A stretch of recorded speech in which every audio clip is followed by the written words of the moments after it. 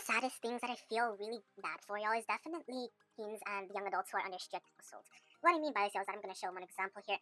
So we all out there know that strict parenting can go really bad, right? Even though most of the time it could be balanced, sometimes it gets bad. And what I mean by this, like, let's say, for example, like a teen girl or a teen boy who's constantly caged up for all of their formative years. Like, let's say them as a teen right now, like, let's say they're still learning as people. But they're caged. Their parents don't want them to go out with friends out of some sort of fear. They don't want them to be in relationships. They don't want them to be with others because they have this really deep fear that something might happen to them, or that they may end up getting someone pregnant. That's a valid fear too.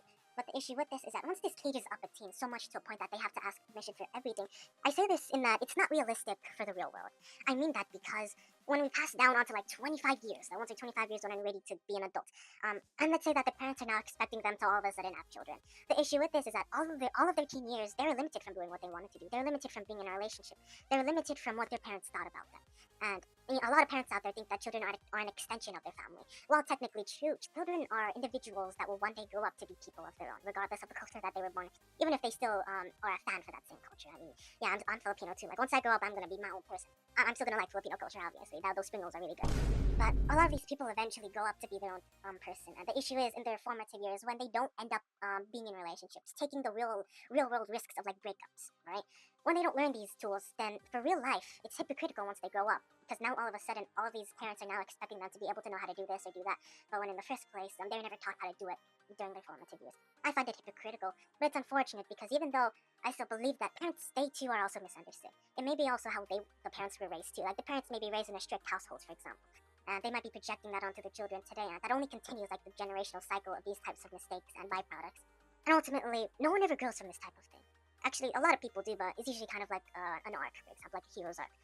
But stuff like this, I can show more examples. Let's say, for example, even a girl who has somewhat strict parents who's stuck in a friend group, or who's stuck in some sort of arbitrary. I've talked about arbitrary friend groups before.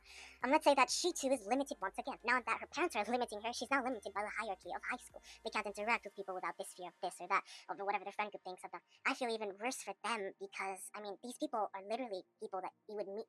Like, I'm so much as to say that had teen girls and teen boys out there, if they were not locked away to hierarchies, imagine if they're like free enlightenment like thinkers like John Locke or like Thomas Hobbes, for example, even though he's a little bit of a radical. I'm so much as to say that they would have actually gave a lot of people talks, right? They would have been curious to go up and meet up to other people. I'd say they're curious to even go up and talk to me had they been not tethered to these types of arbitrary rules.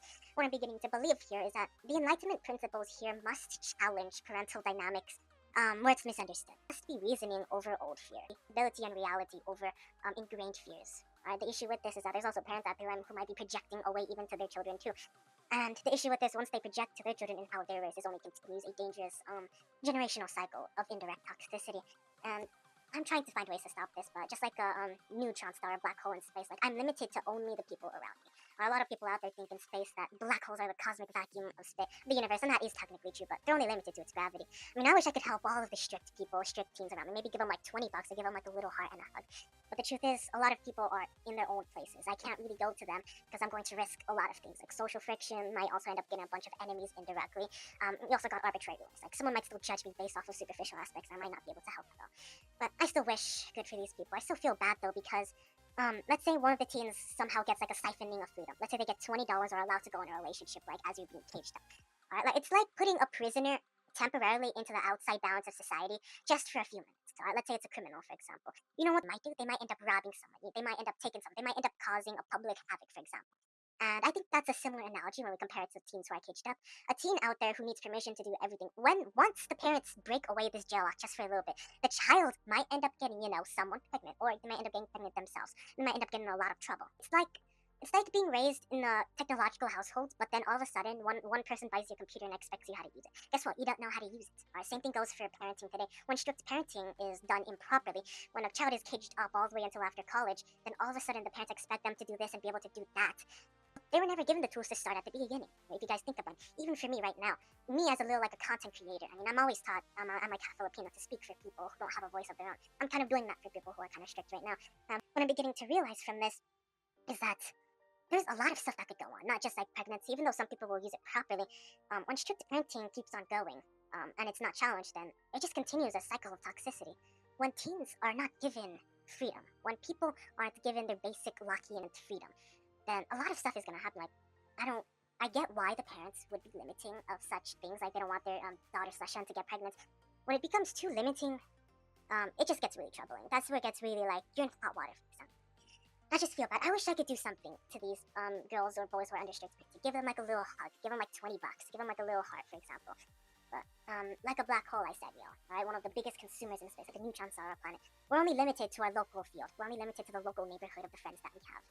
New friends is worth it, but we do face that risk, Ojin. So, I mean, if I'm doing anything for these types of people, I'm just giving them a voice, or at least for me as a content creator. And it's the least I could do.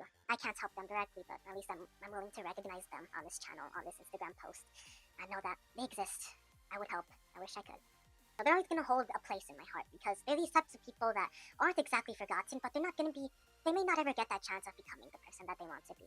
They may not become the people that they wish to be. They may not become the loving people that they may want to be because they might end up bringing those same generational dangers with them too. Just makes me feel sad for them. But I mean, you guys could consider this video a little hug to them because we're a little acknowledgement hug to them because we're recognizing them right now and that they absolutely exist somewhere out there in the world right now. Whether it's in Brazil, obviously, shout out to my friends from Nicaragua and Brazil. I know you guys are definitely there.